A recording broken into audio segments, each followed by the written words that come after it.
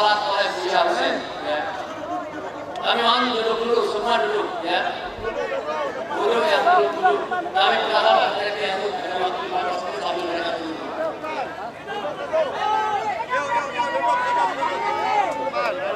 Assalamualaikum warahmatullahi wabarakatuh. Saya mau tes kompak atau tidak ya. Coba kalau saya minta duduk nggak? Duduk dong. Duduk. Kalau mau duduk berarti masih bisa satu komando kita. Tapi kalau tidak susah kita ya. Yang lain tidak duduk juga kan? Boleh duduk kecuali sisa medianya. Oke? Saya ingin memberikan ultimatum terakhir kepada Mahkamah Konstitusi. Sudah sejak lama, paling tidak sejak akhir Muhtar ditangkap, ada hakim-hakim Mahkamah Konstitusi yang korup. Akhir Muhtar ditangkap. Ada juga Patrialis Akbar, ada juga Maman Usman, ada juga putusan 90 yang memungkinkan Gibran Rakabuming mencalonkan diri. Sekarang kawan-kawan semuanya, kita memberikan satu kesempatan terakhir kepada Mahkamah Konstitusi untuk mencuci dosanya. Bukan untuk memberikan sekedar keadilan bagi kita, karena kecurangan pemilu ini dimulai justru dari putusan Mahkamah Konstitusi. Karena itu kita kasih kesempatan MK untuk mengabulkan permohonan kita. Apakah permohonan kita cukup beralasan untuk dikabulkan? Saya bersaksi banyak alasan untuk membatalkan pemilu ini. Kita kawan-kawan semua, ada banyak dalil yang kita sampaikan kepada Mahkamah Konstitusi. Tapi yang paling penting adalah coba tanyakan kepada hati nurani kita semua dan para hakim konstitusi. Satu pertanyaan, apakah pemilu ini curang? Apakah pemilu ini curang? Rasanya tidak ada yang mengatakan bahwa pemilu ini jujur dan adil, kecuali orang di sana yang dibayar. Kita bisa membedakan mana yang bergerak dengan hati nurani, mana yang bergerak karena dibayar. Bapak-bapak sekalian, para pengaman, terima kasih sudah membatasi kita semua, membatasi air dan minyak, membatasi yang benar dan yang salah, membatasi yang dibayar dengan hati nurani. Jadi saya katakan, kalau sekedar mendiskualifikasi Gibran Rakabuming, itu mestinya sudah kita di tangan kita mestinya. Kenapa saya katakan demikian? Sebagai lawyer saya katakan, ada pelanggaran yang terukur, bisa diukur, bisa dipastikan bahwa itu terjadi pelanggaran. Saya katakan kawan-kawan semua, penetapan Gibran Rakabuming itu melanggar hukum dan konstitusi. Mau tahu penjelasannya? Mungkin sebagian sudah pernah mendengarkan saya di Indonesia tadi. Tapi saya ulangi lagi sedikit, ya. Melanggar hukum karena waktu Gibran mencalonkan atau mendaftarkan diri, peraturan KPU nomor 19/2023 belum diunggah,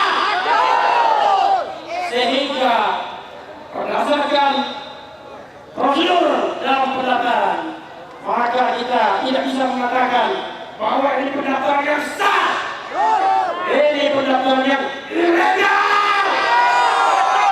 Tolong teriakan, ilegal. Jadi ini pendaftaran yang ilegal. Karena itu saya mengatakan melanggar hukum pun, paling tidak pelanggaran terhadap peraturan yang dibuat sendiri oleh Mahkamah Konstitusi. Kalau cuma pelanggaran prosedur, nanti MK bilang 02 bilang enteng, itu kan pelanggaran administrasi biasa. Tidak boleh dong ditimpakan kepada Gibran dan Prabowo Subianto. Saya katakan kawan-kawan semua, dan dengarkan hakim-hakim Mahkamah Konstitusi, bahwa itu tidak hanya pelanggaran hukum, tapi pelanggaran konstitusi. Kenapa saya katakan demikian? Karena pendaftaran Gibran itu sesuatu yang konspiratif. Ada konspirasi antara KPU dan 02. Kenapa saya tahu demikian? Karena KPU tidak bertindak independen.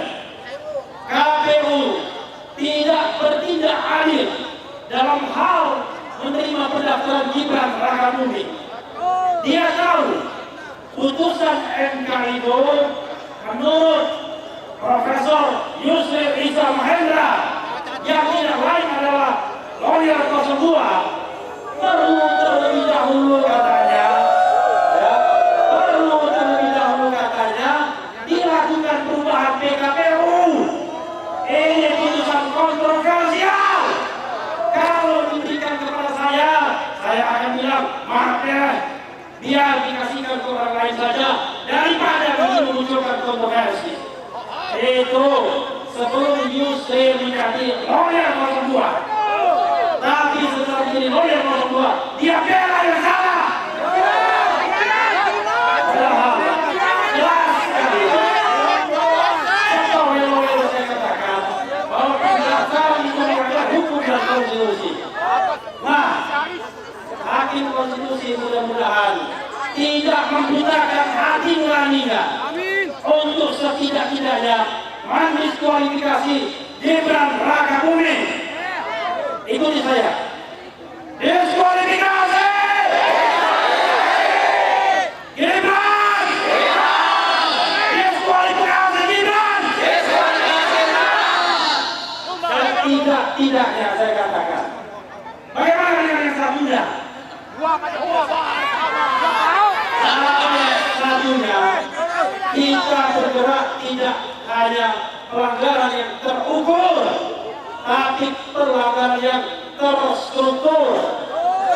Pelanggaran yang struktur itu adalah pelanggaran yang digerakkan oleh istana, pelanggaran yang digerakkan oleh Jokowi. Jokowi sudah cawe-cawe. Jokowi menjadi ketua tim pemenangan 02. Maka sejak awal pemilu ini tidak jujur dan tidak adil. Terhadap pemilu yang jujur tidak adil, kita katakan ada pengkhianatan terhadap konstitusi, ada pengkhianatan terhadap konstitusi, pengkhianatan terhadap asas pemilu yang jujur dan adil. Banyak contohnya. Bansos salah satunya. Ketika datang ke Mahkamah Konstitusi, kita terpukau dengan 4 menteri yang seolah-olah semuanya serba beres, semuanya mengikuti aturan. Tapi faktanya setelah lawyer 01 menyampaikan kesimpulan, terlihat betul kebohongan-kebohongan yang mereka sampaikan di MK. 3 dari 4 menteri itu paling tidak sudah berbohong. Yang dikatakan adalah, kalau kita bicara dana bansos kawan-kawan semua, ada 2. Ada dana bansos yang masuk dan sudah dianggarkan dalam APBN. Itu bagian dari dana perlinsos besarnya 496,8 triliun. Ada yang mengatakan, jangankan manusia, monyet pun katanya, kalau dibekali 400 triliun maka menang.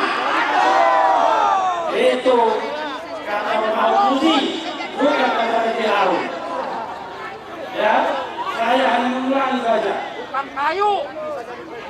Dan selain itu kawan-kawan semua, ada sebentar lagi ya, sebentar lagi. Mau berhenti sekarang? Terus satu berhenti. Berapa menit lagi? 5 menit lagi ya. Karena saya sudah diperingatkan di belakang. Ini yang di belakang ini jangan-jangan Ketua Mahkamah Konstitusi. Oke,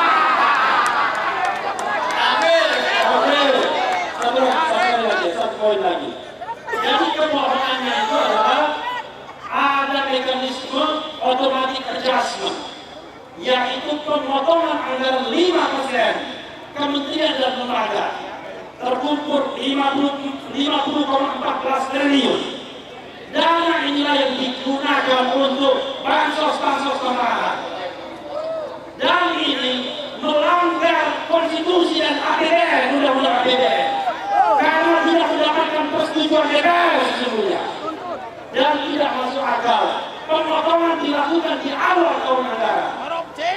Berikutnya adalah ada perpanjangan bansos El Nino, ada uang 600.000 yang dirakal dan lain sebagainya. Jadi kawan-kawan semua, kalau hakim konstitusi mau membutakan mata, butalah mata dia seumur hidup. Butalah hati nurani dia seumur hidup. Tetapi kalau mau membuka mata dan hati nuraninya, inilah saatnya menebus dosa. Untuk bersih-bersih. Mari kita doakan kali ini hakim konstitusi membuktikan bahwa mereka bisa dipercaya dan bisa diandalkan.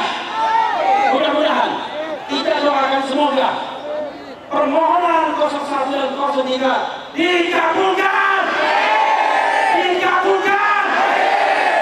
Itu saja orasi dari saya, karena kita mau sholat asar, dan dalam sholat asar jangan lupa kita berdoa untuk kemenangan kita semua dan untuk Indonesia.